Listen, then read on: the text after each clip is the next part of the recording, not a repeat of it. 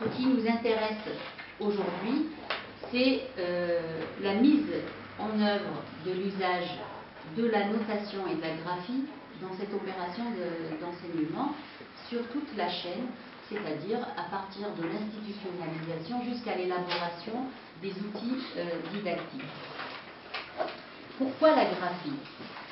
Einar Haugen, en 1987, dans son travail sur l'aménagement et la standardisation des langues, souligne que la graphisation est une première composante de la codification. Elle constitue la première étape d'aménagement, avec la grammaticalisation et la fixation des règles orthographiques.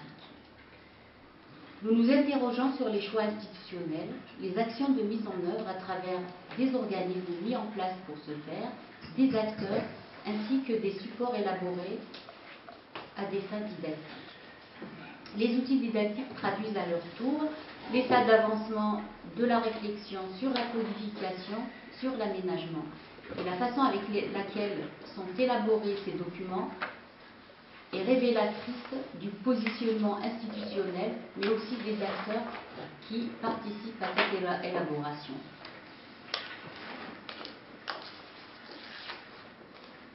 Pour revenir à l'usage de la graphie, je fais un petit flash historique concernant les usages en Algérie et au Maroc. Il est admis que la tradition de transcription en Algérie a été impulsée par les études coloniales et ensuite par les instituteurs indigènes, qui a mis en place une notation qui date d'un demi-siècle maintenant, et que les travaux de Mouloud Mamri et ensuite Salem Chaker ont fixé de façon précise. Quant à l'alphabet arabe, il est encore en présence dans le monde mozabite. Le monde touareg en Algérie continue de façon non identifiée, c'est-à-dire nous ne disposons pas de documents pour dire dans quelle mesure la communauté touareg utilise cette graphie. Si on arrive à l'étape de l'institutionnalisation du berbère, nous commençons avec l'ouverture des départements de Tizi Ouzou et de Béjaïa. Seulement, aucune consigne n'a été donnée pour l'usage graphique. Donc l'enseignement a été dispensé pour la plupart des enseignements en français. Il a fallu attendre l'institutionnalisation, l'introduction du berbère dans le système éducatif algérien, avec le lancement des classes pilotes en 1995, suite à la grève du cartable. Donc nous nous retrouvons face à une situation de non-gestion, de non-décision institutionnelle. Les stages qui ont été mis en place pour former les enseignants ont été dispensés dans les trois graphies, en tifinagh pour les Touaregs, en arabe pour les Mozabites et en caractère latin pour les Kabyles. Pour ce qui concerne le Maroc, le choix a été porté sur les caractères tifinagh. C'est les néo-tifinagh de l'Académie berbère qui ont été repris par l'IRCAM et intitulés tifinagh IRCAM. Et cette décision a été votée par le conseil d'administration de l'IRCAM. Je cite Brahim Akhiat dans sa publication de 2012 autour de son témoignage sur le mouvement culturel berbère.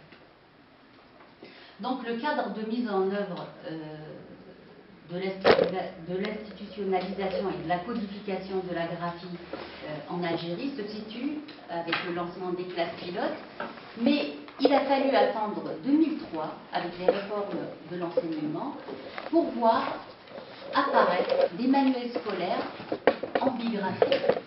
Seules les couvertures, les premières deux couves de ces manuels comportent des intitulés en caractère tifinagh. Donc on voit que le tifinagh est très vite évincé des documents pédagogiques de l'enseignement du berbère. Le problème ne se pose pas au Maroc, puisque les manuels scolaires qui ont été édités dans un premier temps par la BMCE, il y a une expérience d'enseignement qui a été lancée par une banque marocaine, a été fait en tifinagh, Et les manuels scolaires qui ont été édités par l'URCAM ont été aussi édités immédiatement en caractère Tifinagh. Pour la formation des enseignants, elle a été faite majoritairement en caractère latin dans les stages qui ont suivi, c'est-à-dire que les enseignants du MZAB ou du domaine Touareg ont été formés en caractère latin dans les stages qui ont suivi. Quant à la formation des enseignants marocains, elle a été généraliste pour la plupart des cas, donc on ne trouve pas de stage précis d'initiation à la langue amazigh, d'autant plus que quelques enseignants dans certains établissements sont non berbérophones. Pour les élèves qui arrivent dans les établissements scolaires se retrouvent, pour le cas algérien, à étudier le berbère en 4e année primaire. La première année d'enseignement du berbère se situe en 4e année primaire, donc ils apprennent à écrire le kabyle après avoir été initiés au caractère arabe et au caractère latin ensuite pour la langue française. Seulement, ils ont été confrontés à la transcription Tifinagh dans l'environnement extérieur. C'est-à-dire, juste après l'ouverture du département amazigh en Kabylie, on voit l'émergence de panneaux indicateurs et d'enseignes en caractère Tifinagh. Donc, ils se retrouvent dans une réalité différente en classe. Et de mon expérience personnelle, je me rappelle de la surprise des élèves quand ils ont vu que l'enseignement se faisait en caractère latin.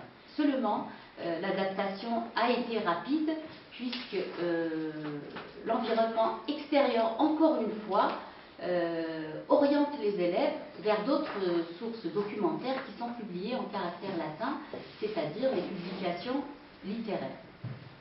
Qu'au Maroc, enseigner l'amazigh se traduit par l'enseignement du Tifinagh.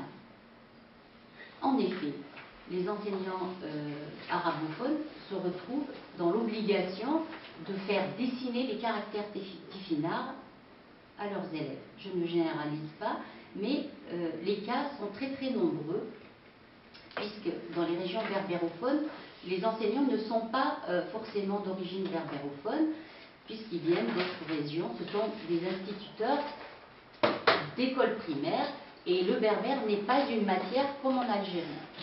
En Algérie, l'enseignement a été introduit dans les collèges et les lycées en tant que matière à caractère facultatif.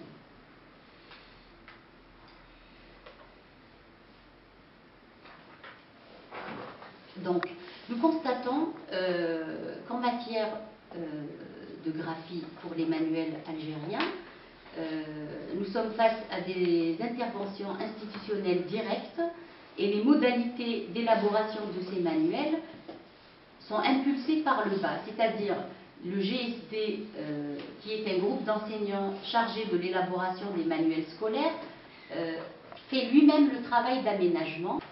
On fait les accords avec le mouvement culturel berbère, on met très vite en place un enseignement du berbère, tel qu'il se fait dans les associations. Donc en Kabylie, on se retrouve dans une continuité associative qui se transpose dans le domaine scolaire, puisque beaucoup d'enseignants étaient dans le milieu associatif, même ceux qui étaient déjà enseignants, profs d'anglais, profs de français ou parfois profs d'arabe. On est dans une situation différente qu'avec le Maroc, qui instaure très vite, dès la 3e année d'enseignement, une démarche de standardisation linguistique et qui se fait, à mon avis, très très vite. Et les élèves, les apprenants, n'ont pas le temps d'intégrer déjà la transcription en Tifinagh pour se faire déloger, se faire désapproprier de leur parler régional. Quant au HCA, son positionnement sur ce sujet confirme la position non homogène de l'État en raison de nombreuses publications littéraires et scientifiques de qualité réalisées dans une graphie latine maîtrisée, se situant dans la continuité de la tradition académique culturaliste kabyle. Donc, dans les travaux du HCA, nous ne trouvons pas de traces de production littéraire en notation arabe. L'option du Tifinagh est gelée comme troisième voie et inverse la compétition des graphies. Au début de l'enseignement du berbère, on se retrouve dans une sorte de compétition Tifinagh latin, et ici on se retrouve devant une inversion du processus. Donc l'exclusion quasi définitive du Tifinagh révèle le conflit réel qui oppose d'une part un usage bien ancré, prédominant de la production littéraire, donc des outils didactiques, puisque les enseignants qui produisent des unités didactiques puissent directement dans les publications littéraires ou bien retranscrivent le patrimoine oral. La promotion progressive de la notation arabe transparaît clairement à travers une présence exclusive dans les journaux arabophones et la télévision qui transcrivent systématiquement en caractère arabe, soit leur site internet, les génériques. Donc, l'enseignement qui se fait en latin, par exemple en Kabylie, ne trouve pas de continuité en dehors des publications littéraires qui sont produites par des écrivains kabyles et qu'ils ont déjà eu à étudier dans les programmes scolaires. La précarité institutionnelle de l'usage des caractères latins, malgré la détermination des enseignants, se traduit par une poursuite permanente du débat et une persistance de pratiques volontaristes. C'est-à-dire que nous sommes face à des enseignants titulaires qui enseignent en caractère latin, mais qui continuent une action parallèle à travers les manifestations, le volontarisme, c'est-à-dire on ne se contente pas du travail fait dans les groupes du ministère de l'Éducation nationale, mais il y a un travail parallèle. Concernant les autres régions, par exemple, comme le Mzab, où l'enseignement n'existe plus, ça met en suspens la question de la graphie. Un contraste violent avec les faits sociétaux observés jusque-là. Quels sont ces faits sociétaux? C'est la réappropriation de la militance des caractères latins, une situation extra-institutionnelle au Maroc manifeste plutôt une revitalisation de cet usage à travers une grande production littéraire qui devient de plus en plus visible sur le web, par exemple, comme les écrivains comme Brahim Nasri, Ahmed Bouzelgou, Afounaz, qui lui-même écrivait en notation arabe. Donc cet enseignement tifinagh au Maroc, même s'il se fait dans des conditions optimales, ne trouve pas d'écho une fois qu'il est en situation extrascolaire. C'est-à-dire, à part les partis politiques qui mettent les enseignes de leur parti en caractère tifinagh, on ne trouve pas d'autres publications en caractère tifinagh. Et puis d'avoir illustré cette situation de contradiction. Aouzal, c'est pas 18e siècle. Je m'excuse, c'est une erreur. Aouzal, c'est le 18e siècle, vous avez raison. Oui, mais bien antérieur. De la série, par exemple, d'Aouzal, qui sont écrits en latin. Donc on a cette situation aussi contradictoire entre la position institutionnelle et la réalité, mais avec quand même une différence fondamentale au niveau politique. Le Maroc a tranché politiquement, en tout cas, jusqu'à présent, alors que l'Algérie est dans l'hésitation la plus complète, ce qui nous renvoie aux conditions concrètes, aux conditions sociopolitiques très différentes dans lesquelles l'institutionnalisation, en tout cas l'enseignement, a été mis en place dans les deux pays. La clé est là. Bien, on se donne 5 minutes si vous voulez des questions particulières. Du Sousse, d'accord. On n'en parle pas, c'est historique, c'est documenté aujourd'hui, il n'y a pas de problème. Mais la transcription, la première transcription en arabe a été faite non pas par Shafir et compagnie, elle a été faite par des étudiants en lettres et en sciences humaines sous, disons, l'autorité de Azeikou, et non pas quelqu'un d'autre. Donc ça c'est très important et ça s'est fait dans le cadre de la Mecque. Et c'est ce qui est utilisé aujourd'hui au Maroc, en caractère arabe. Alors la deuxième chose, et c'est très important ce que vous avez dit, c'est que l'officialisation, disons, des Ifina a conduit des écrivains arabisants au départ à écrire leurs romans, leurs poèmes en caractère latin. 2 romans marocains. Là, deuxième observation, tout récent, hein. C'est que l'Irkam Seni a publié des textes littéraires, mais il oblige les gens à avoir la transcription antifina. Très important. Officieusement, l'Irkam propose un travail de translittération, de transposition de ces romans en caractère antifina. Ce ne sont même pas les écrivains qui... Non, je n'ai pas dit que c'est les écrivains. Ils ne peuvent pas les malheurer. Juste pour illustrer, roman marocain, 2011, la décision d'officialisation des néo-tifinards date de 2003. La série est à son 3e roman. Et celui-là est un petit peu plus ancien, 2007. Vous voyez, donc on a un peu l'impression que la décision institutionnelle a induit le contraire. Au niveau de la production littéraire, l'effet inverse de... Voilà. Oui. On peut aller plus loin, Chacha. Au sein de l'université de Basnar, et qui ne font pas partie des premières promotions d'enseignants, ont tout de suite été parrainés par les directions d'éducation de Basnar pour écrire en arabe.